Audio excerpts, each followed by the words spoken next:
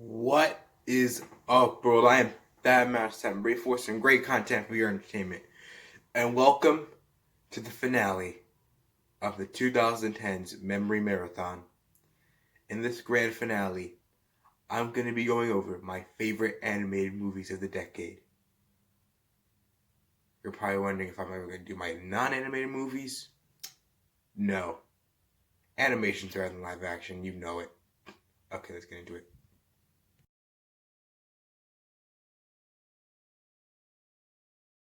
Before the first installment that we got later this year, there was this masterpiece, Toy Story 3. And I don't care what the other people say, this is easily the best movie in the franchise. I will fight you to the death to prove it. It has excellent themes of family and moving on and all that crap. And the whole prison breakout story is very interesting and engaging. But I think the main thing that makes it great for me is, of course, the previously mentioned moving on aspect and the ending. I don't think I need to say anything about the ending, because what can I say that already hasn't been said before? It's just a flawless ending in every single freaking way. And if had Toy Story 4 never existed, it would have made things even better.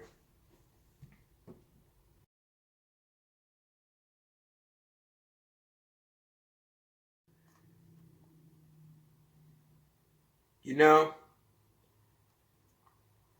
after watching this movie, it did leave me wondering, what if all video game bad guys are kind of like Ralph? You know, maybe just maybe he plays the role of the bad guy, just not a bad guy, and just wants to be shown as a non-bad guy, but he's just acting it.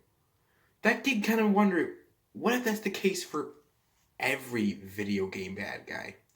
What if that's the same case for any other bad guy? Oh wait, it already is. Silly me. But yeah, Ralph does have a pretty interesting arc throughout the movie, seeing as, he plays the role of a bad guy, but he doesn't want to be viewed as a bad guy. And he also has a great dynamic with Vanellope, too. And the video game arcade world is so interesting. With the plugs and how each member interacts with each other. It's so endearing. It's just, I really love this movie.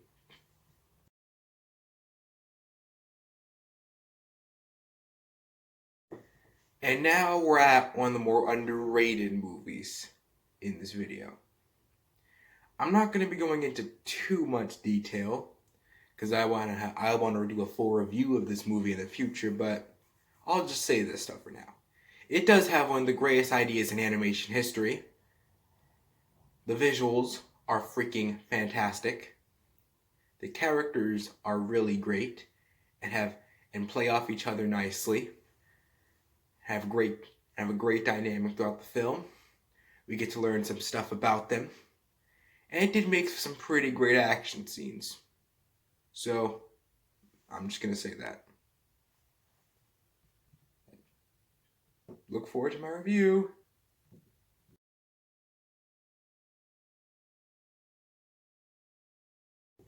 Lego is awesome. But do you think it will work as a big hour and a half long movie? If you said no, you're dead freaking wrong. Because the Lego Movie is one of the greatest animated films, period. The imagination in this movie is very stunning. From the way they treat the Legos figures and how they acknowledge they're just Lego figures. From the animation and how they acknowledge that the Legos don't really have much flexible movement. From the great, lovable, memorable characters like Batman, Unikitty, Metalbeard. And the comedy is also really good too. I've been hearing a lot of that. It's a very funny movie. And MLP should really take notes from Lord Business redemption arc, because here, unlike the villains in the show, Lord Business's redemption arc was believable and wasn't poorly rushed. Anyway, Lego Movie's awesome. Moving on.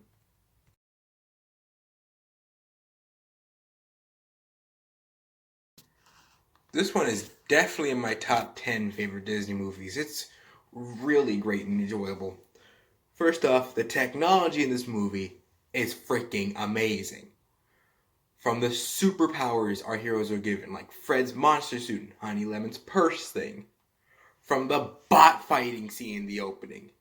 From the freaking microbots that can do freaking anything. Oh my god, I want to own my own microbots. I really want to own my own freaking microbots. Yeah. Oh, and Baymax is awesome.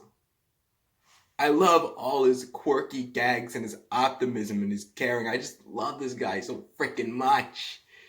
Yeah, as I said, it isn't enough to make it in my top 5 Disney movies, but it certainly is in my top 10.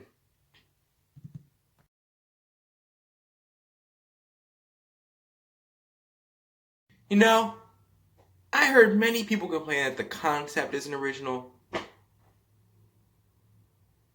and those people seem to be right. However, the concept is handled excellently here. I love the whole memory orb stuff, the long-term memory stuff, the dream production stuff, the dark fear stuff, islands of personality stuff, and yeah. The movie also has a very creative use of animation. The animation on the motions are very expressive, and that part where they were running through abstract thought thing, that was pretty cool. And also the whole moving away story with Riley I can find that to be very relatable for many kids who had to move away from their friends, had to adapt to a new home. Heck, I do kind of relate to that, because when I moved to Virginia, I first didn't like it, but I've gotten used to it now, so I guess we're good. Wait, what? We might be moving back to Connecticut in August? This movie was pointless.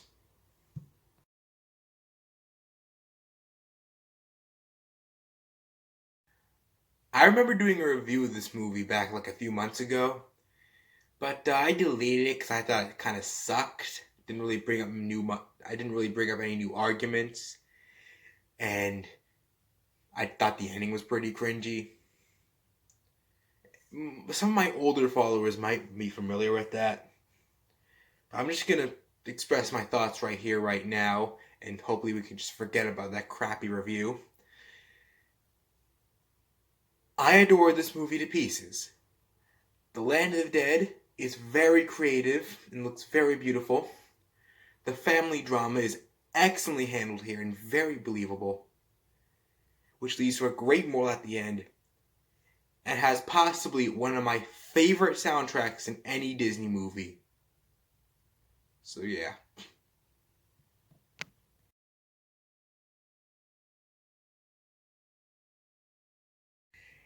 And now we have reached the last movie. Spider-Man Into the Mother Frickin' Spider-Verse. I love this movie. Possibly my favorite Spider-Man movie ever, hopefully. This is some of the best use of animation I've ever seen in an animated movie. From the psychedelic visuals used in the finale, from the different character animations, from the character designs, it's just freaking beautiful. I also really love Miles Morales as a character. He has some excellent growth throughout the entire movie. And the movie is also very funny. When I first saw this movie, I heard everyone laugh out loud quite a lot. I did, and there are some gags I did laugh at too. Overall, Spider-Man Into the Spider-Verse just has to be a perfect movie in every single way. One of my favorite animated films ever. So, with that being said, with all of that being said, therefore, that concludes my 2010s Memory Marathon. I hope you enjoyed my little marathon, my 3 saga marathon. My 3 saga little marathon thingy.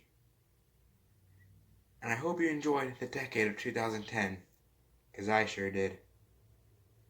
And now we are entering a new decade, 2020. Well, this is not going to be my last video of 2019, sorry. This shall be my big goodbye to the 2010 decade. Thad Master, out.